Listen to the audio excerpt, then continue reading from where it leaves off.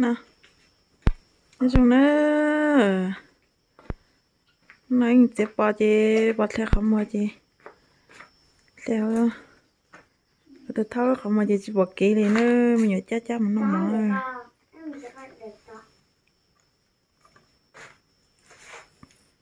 không một sốt lung tì rồi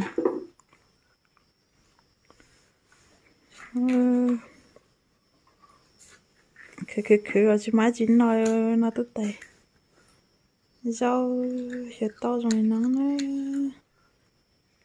mẹ mẹ chọn mất tính chọn không bố không hay làm chả được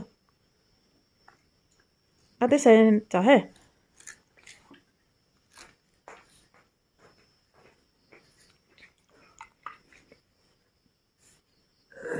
thì sao nó ở lớp lòng bỏ kê luôn sao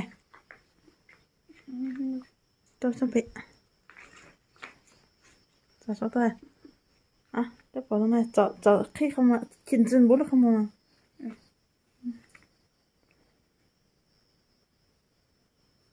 ô liếp lòng nó rồi là sáng thế thôi à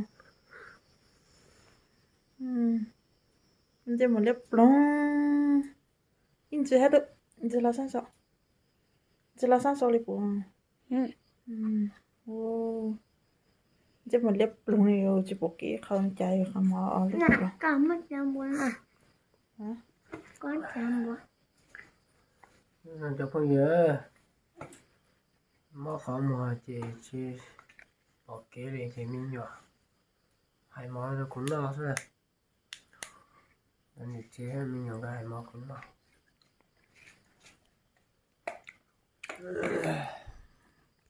món gì này hả má mẹ à mua chín nó nữa bây giờ nó rong nó có soi nó sợ nên đâu biết nó mà bên cứ nó thịt tê không mà có bỏ theo không mà địch ta là gì chứ mà ra chỉ nó mở thế mà tôi nhị cái nữa có gì nó là cô tôi này chế mà phải là cá chế bỏ cho để cho này cô bỏ cao cũng không mà có được chưa cái chỉ bỏ cái này là số đu thôi hàm mắm bún à ừ. anh mấy tới hàm mắm bún à đúng rồi chăm hả khen chữ à khen chữ mình thì hàm mắm bún à mình trời tôi lúc của chị này hai một nó tôi cũng tìm một khó khăn nào thế này giờ này tiền đi mua cái gì tuổi nó tiền đi mất không mua mà qua chỉ đó chỉ một chỉ tao cái khó lên cho cái gì mất thì bây giờ hai mươi bốn nào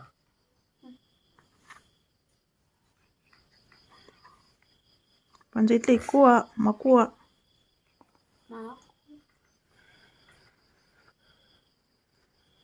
làm bốn loại gì con nó còn mà nên làm nữa làm bốn loại hạt tao tới sao mà bún nào nào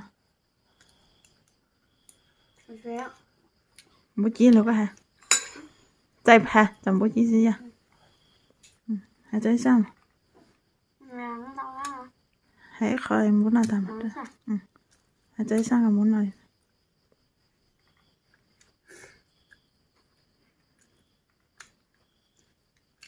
đó khó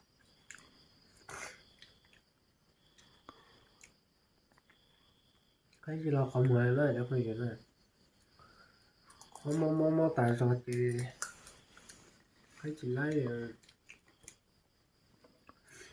có tụi tôi cha của một khó khăn này mà cũng lo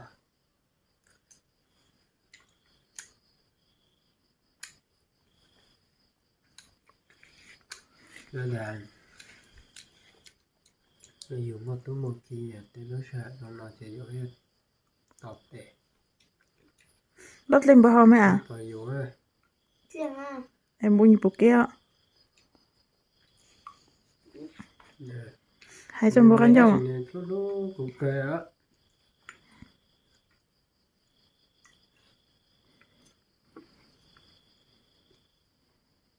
hết đã đem bữa hầu còn cái này mà bữa giờ bữa kiếm mà hai tiền tài Người ta cái hai mà cái hai được có rất đĩa trong bữa hầu này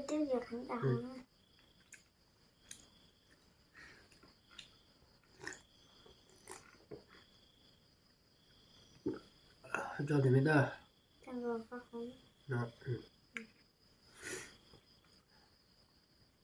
có một mắt chập là cái chỉ lai cái mà ôi dù tôi nhớ tới sao nên thì giờ bây giờ này thì tiếp bò thấy là cao ở chỉ số xì nữa chỉ số xì mà trong này cũng là lạc cười nữa nó tờ in nó lại ôi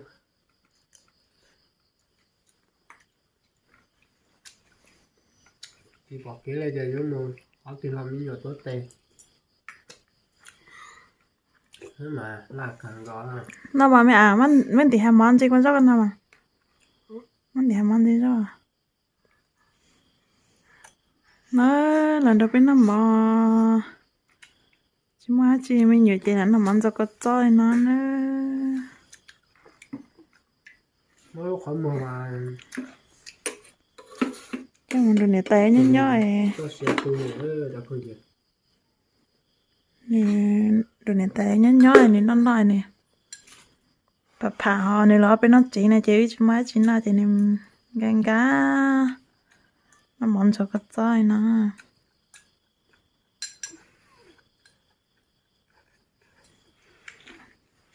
nó sẽ chặt lại vào cho mình tôi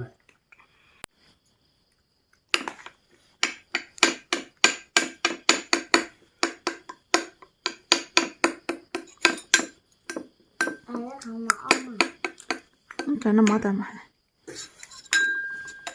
đây nhau được không đây nhau được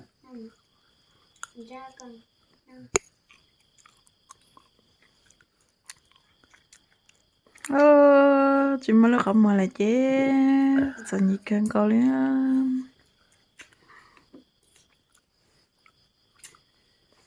mà là quay tay rất là quay tay một tát đi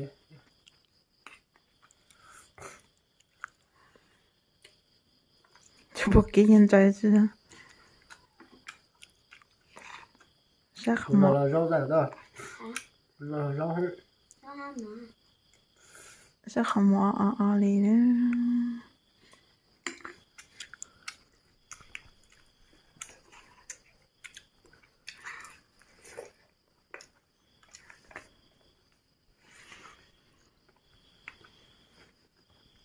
nào cái cho mẹ á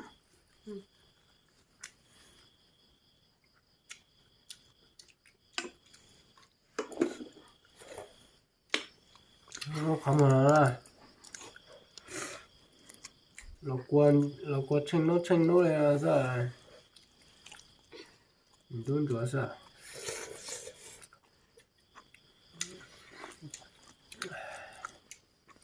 ok đi ơi làm phong sự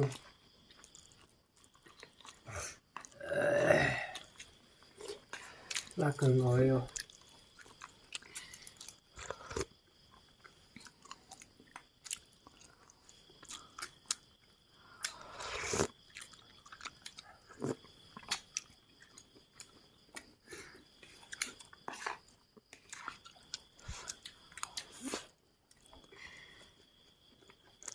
ăn cũng dễ nữa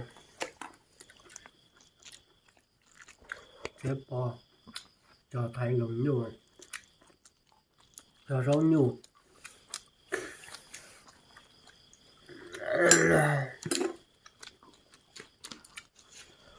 cái tiếp bò thì mong chỉ ăn cũng khai mùa ha khai mùa vậy cho nên cô bò như da tua đồng còn lúc không mùa thì ôi chỉ hay rồi mà thấy chỉ là không hay là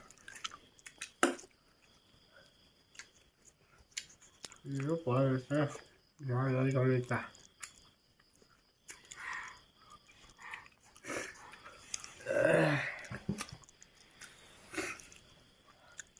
Đặt riêng bộ trọ nó chạy hàng nè. Bố nhóc cháy này. Tại vì con nó có tôm bút tế nữa. Con điểm một tay. Nè thì cái này với cho bò. Có chỉ nhau điểm bút chế chỉ là món nào.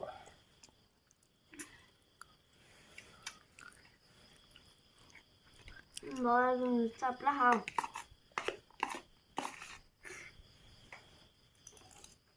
Các bác cái kỳ phật đó à. Nè cho.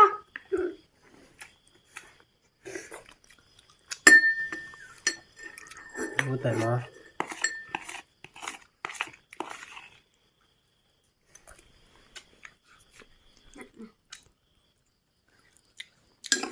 Bút tế mà tà rồi mới đó. Dạ. Hả nè. Hả.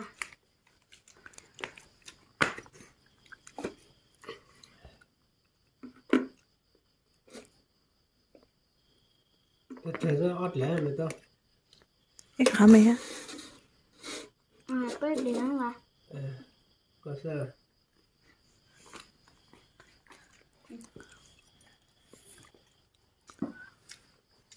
Hả dốc đâu?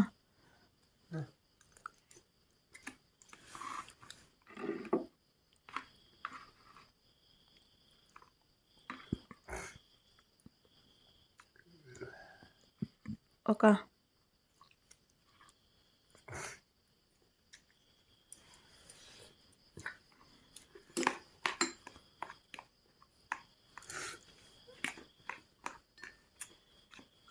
Cái dòng bố tán tiểu. Hả? Rồi bên nó xem buộc có một cái rồng mới đó mà.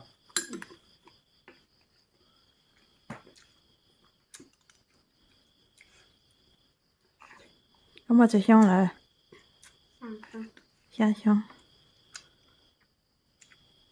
Xa xong luộc cái này hả? Mà chỉ nói lần sau này. Rồi đá một cỏ. Rồi cho mà gì cho tao lọc cố chẳng. Ừ.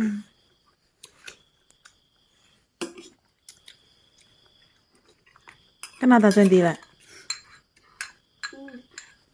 Nhưng đi rồi.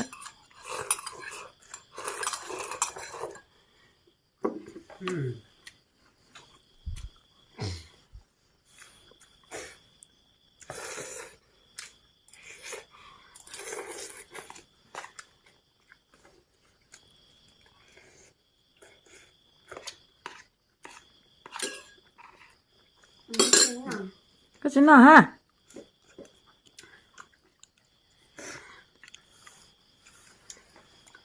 Nó cho vậy à? Lẹ.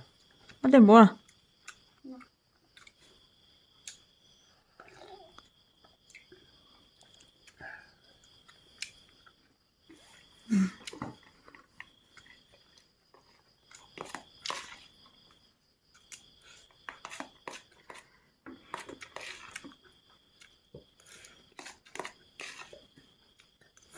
Cái máu muốn nào thôi?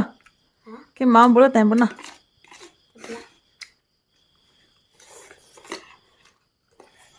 Dạ.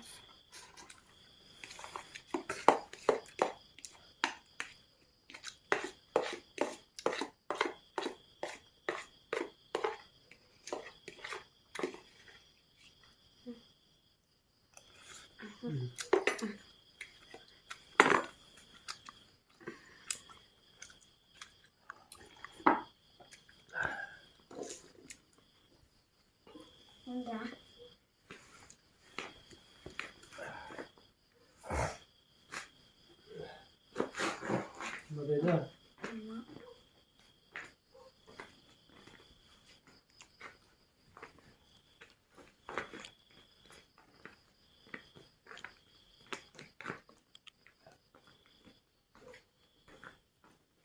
Mới cho nó.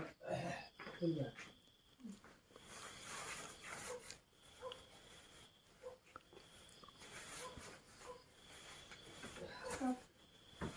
Thế con hay làm nó. Hả? nó muốn cho thì cơ 这边那这。这刚面小炸。 ôi